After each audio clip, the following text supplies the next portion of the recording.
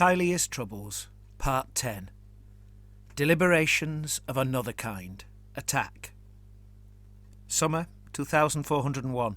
The city of Trantio, central Tilea. As always, Prince Girenzo of Trantio appeared calm. This did not mean, however, that he was content.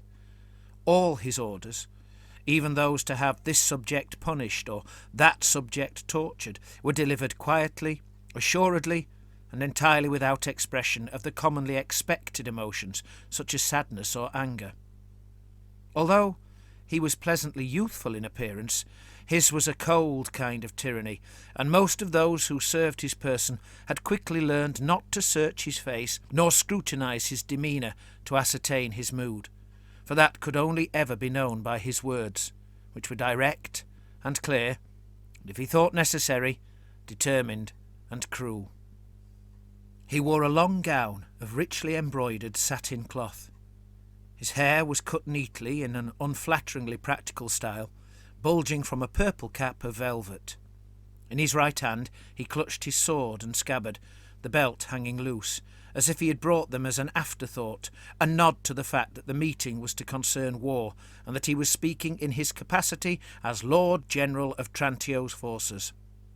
He had been more silent than usual since told of the Pavonan conquest of Astiano. Now his attention was fixed upon the map and the papers detailing his current military strength.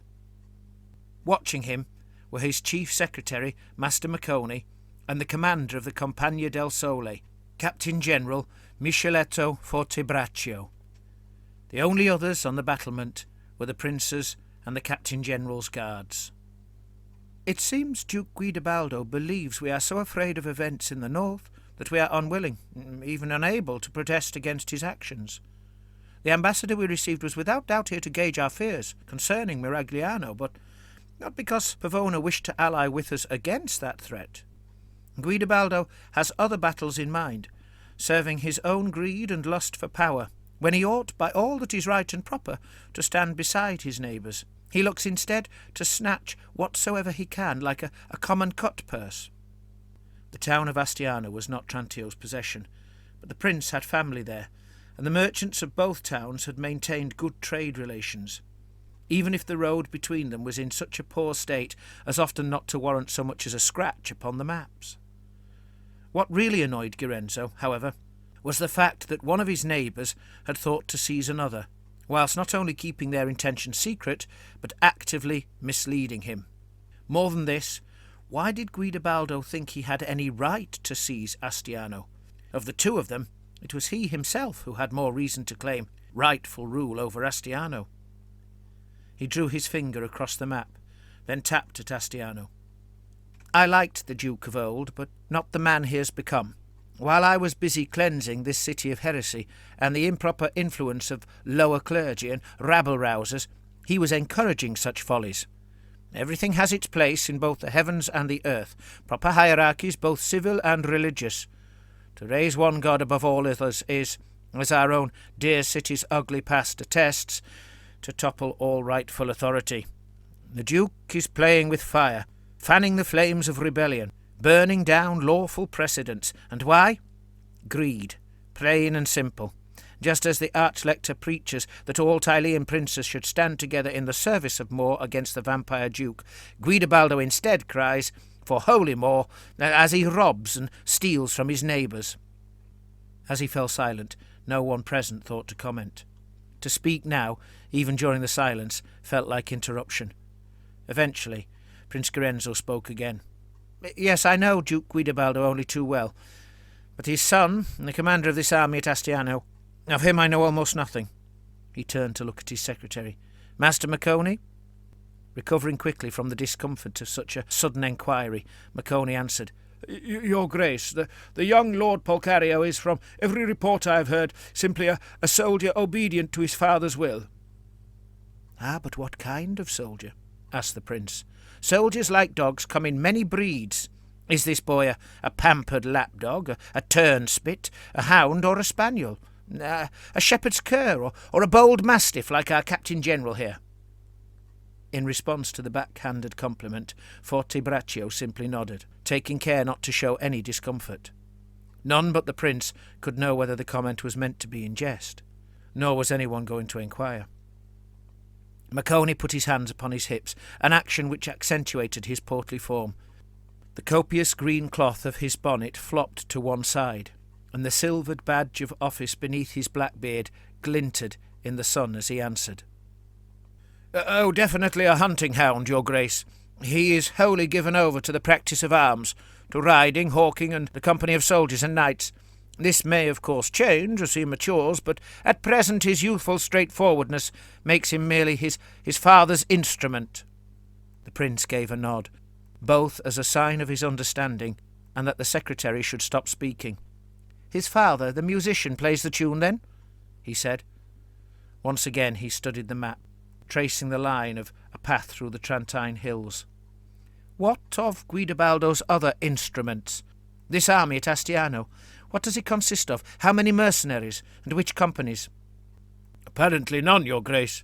The soldiers are Pavonan, although not merely militia hurriedly raised for the campaign, but contracted soldiers, well armed and drilled. Astiano fell quickly." Once more the prince nodded to indicate that he had heard. After a long moment's silence, he turned to the Captain-General, Fortebraccio.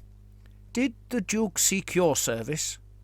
The Captain-General gave a smile of sorts, being one of the few men in the prince's circle apparently untroubled by nerves in his presence.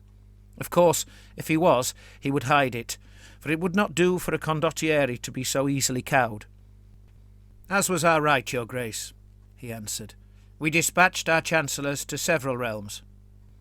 He wore only his armour, plain and unadorned, as if the practicalities of fighting were all that concerned him.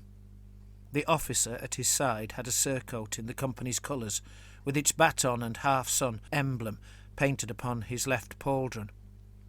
Perhaps Fortebraccio's men marked him out upon the field of battle by the very fact he was the only fellow in plain steel armour. "He did not agree to your terms, then?" asked the prince.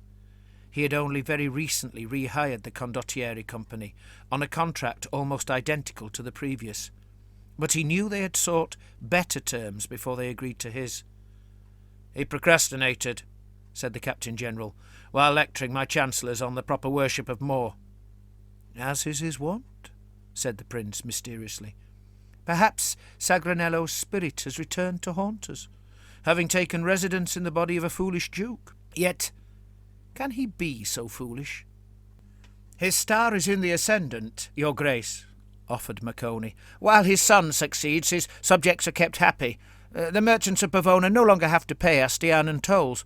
His citizen soldiers can share the loot they have won. Of course, there are some Pavonans who are not so content, for various reasons." The prince fixed his attention upon his secretary. "Are you suggesting," he said calmly, "that I stir up insurrection amongst the Duke's subjects?" "It was merely my intention, your grace, to report the situation," replied Maccone, stumbling a little over his words, "not to suggest anything at all." "Still, this is something we should consider. Who exactly is dissatisfied? Those who remember how the men of Astiano aided them in their hour of need against the hill goblins 40 years ago. Those who believe the city cursed by the ghosts of the victims of the plague, and unquiet spirits who cannot rest because they know some terrible truth. Those who—" "This is all by the by," interrupted the prince. "I don't want to hear of old men's grudges, superstitious gossip, and alehouse ghost stories. Does anyone of any consequence complain against the Duke?" "We have received a petition, my lord," said Maccone. "The dwarven exiles, goldsmiths, and craftsmen in the main. They have expressed their disgust at their banishment and desire support for their cause." "Goldsmiths?" Here anyone else would smile. The prince merely tilted his head a little. "Rich, then?" "Not so much now, considering their present circumstances, your grace, by which I mean having been driven out from their stronghouses and robbed of their treasures. But with connections, no doubt, and practised in the skills of banking and money-lending, and who would no doubt fall over each other in their scramble to raise moneys for those who would aid their cause." You must inquire as to their terms, Master Maconie. Let us see how much gold they can conjure, how generous they are prepared to be to obtain our support for their cause." Maconie bowed silently as the prince pointed at the Captain-General. "In the meantime, we will show our troublesome neighbour both our displeasure and the forces we have at our disposal, whilst ensuring our strength is maintained." He turned to the Captain-General. "You will raid this realm in strength. I would have this done in such a way that you are able at any moment to turn northward should the situation require. Your soldiers should find such an activity satisfies their natural lust for action, as well as their desire for reward. This shall be performed strictly according to the terms of our contract. Do you understand, Captain-General?" Again, General Fortebraccio smiled. "Yes, Your Grace, I understand. A punishing show of strength, incurring little loss amongst my men. That is exactly what we do best." Prince Girenzo turned the map around so that the Captain-General could look upon it the right way up, and launched immediately into instructions, as if the whole plan was already carefully weighed and reckoned. It soon became clear that he had not been idle during his silences.